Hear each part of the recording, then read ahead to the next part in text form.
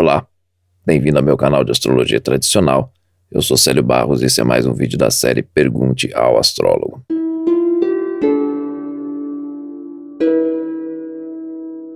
Cristina Gonçalves. Olá, Célio. Eu gostaria de saber qual software você usa e quais indica para Astrologia Tradicional. Muito grata por compartilhar seu conhecimento nesse canal. Bom, eu que agradeço a participação de todo mundo, enviando perguntas e ajudando a gerar relevância para o canal. Eu gosto dessa interação. Software, eu usei durante um tempo o SolarFire, estou pensando em usar de novo. Aliás, pensando em usar o AstroGold, porque eu troquei de Windows para Mac, e o AstroGold é uma versão do SolarFire para Mac.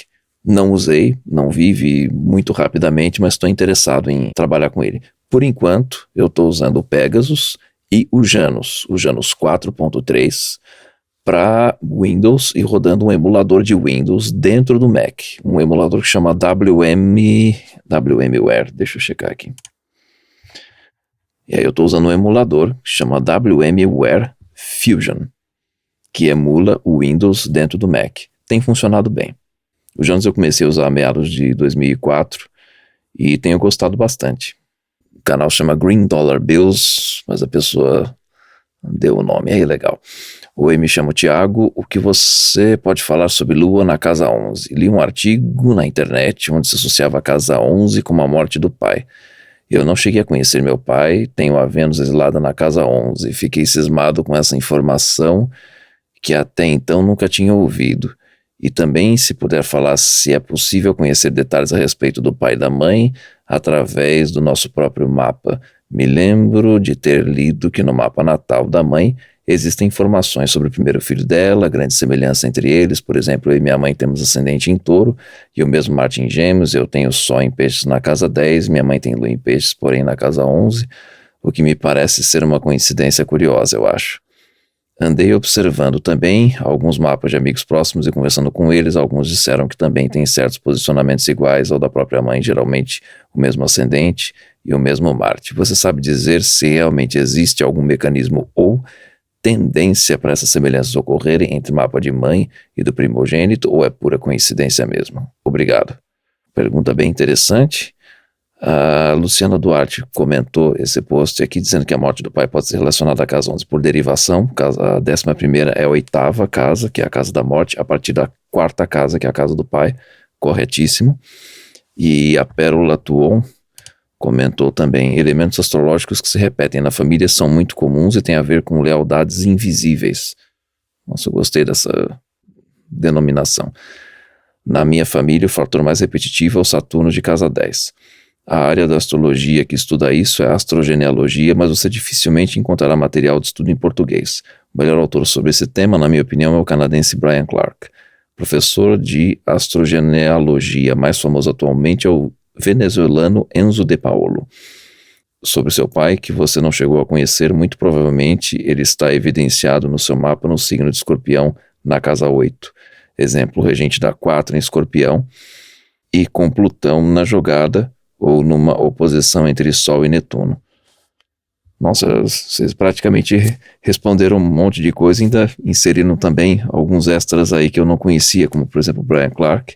Realmente nunca fiz nenhuma pesquisa voltada à astrogenealogia, mas óbvio que eu já reparei sim padrões que se repetem, e com certeza não é coincidência, porque você é um resultado tanto do mapa do seu pai quanto da sua mãe.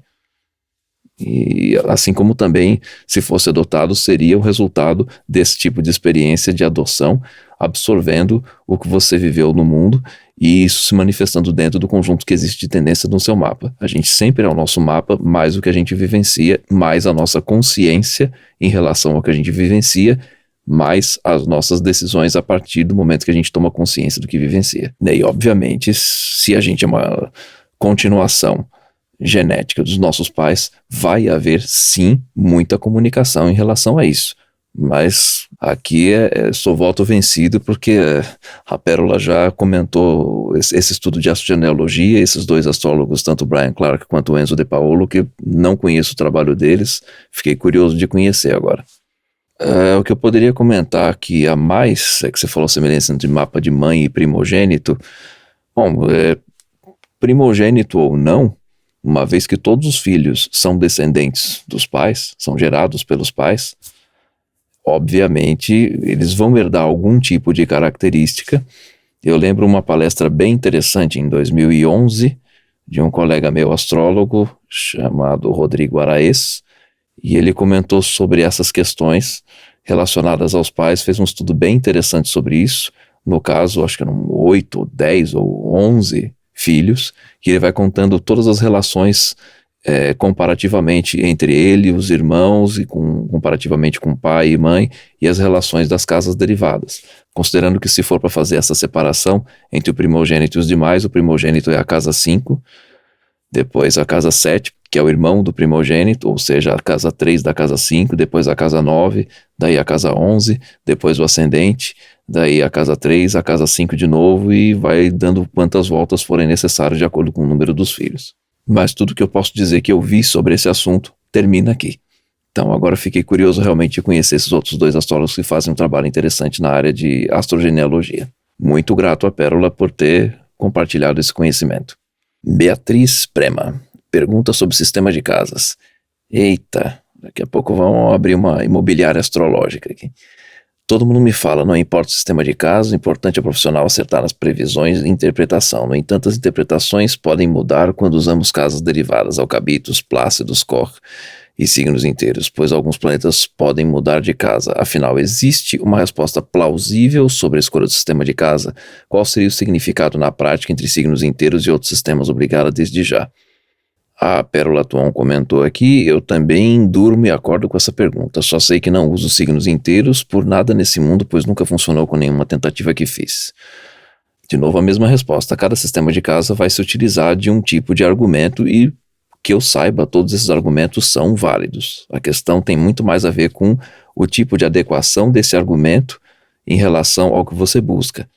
Eu tenho utilizado o sistema Plácidos para mapa natal desde sempre e o sistema Regiomontanos para mapa horário. Tem funcionado, me dou por satisfeito com isso, e não que eu desvalorize o resto, mas eu não posso ficar mudando de sistema. Mudar o alicerce de uma construção depois que ela já está feita é uma coisa um tanto quanto complicada. Teria que fazer um estudo dedicado, comparativo a isso, e realmente não é meu foco. Meu foco é ser o mais prático, pragmático e ter resultado no trabalho. Como eu tenho tido resultado no trabalho, é o que importa. Mas assim, não é só importante acertar qualquer previsão e interpretação. A gente tem que ter uma certa cautela nisso, porque eventualmente podem haver problemas sérios da gente acertar errando. E acertar errando não vale. É muito mais importante que a gente acerte com consistência e com referência, senão vira pura sorte. Julian Kavlovski. Vai uma dúvida aqui para um próximo vídeo. Tenho tido minhas ressalvas com a astrologia ocidental, uma vez que se utiliza o sistema tropical, baseado em estações do ano e não o zodíaco sideral, que é realmente baseado no céu do momento. Pela lógica, por exemplo, Áries apresenta um signo quente e seco, começo da primavera no hemisfério norte, mas representa o começo do outono no hemisfério sul, que tem outra simbologia ao símbolo de Áries. Então, pela lógica, os signos deviam ser um hemisfério norte e o outro sul, já que usa-se o sistema tropical. Pode me dar um norte sobre isso?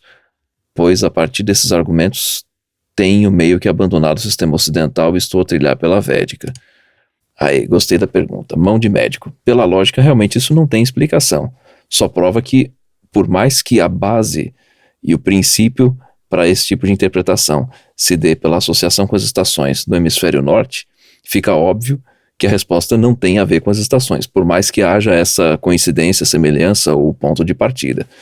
Mas é interessante notar que eu já fiz perguntas de clima, com astrologia horária para saber como estaria o clima numa determinada viagem, num determinado evento, e a resposta coincidia com a natureza de cada um dos signos, mesmo levando em conta que essas referências têm a ver com as estações do ano no hemisfério norte.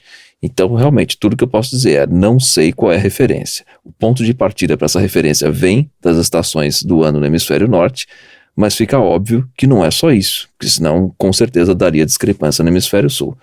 Quanto à Védica, eu só não arrisco me enveredar nisso, porque fazer uma mudança tão drástica assim seria comparativamente a trocar o motor do carro e os pneus do carro com o carro andando. Não tenho a menor condição de fazer isso. Talvez eu venha me interessar pela Védica no futuro, por enquanto não. É isso, espero ter explicado de uma forma fácil de entender. Se curtiu, já clica no joinha, se inscreve no canal e clica no sininho para receber notificações quando houver próximos vídeos. Se quiser marcar uma consulta comigo, o link para o meu site está aqui embaixo na descrição do vídeo. Até o próximo vídeo.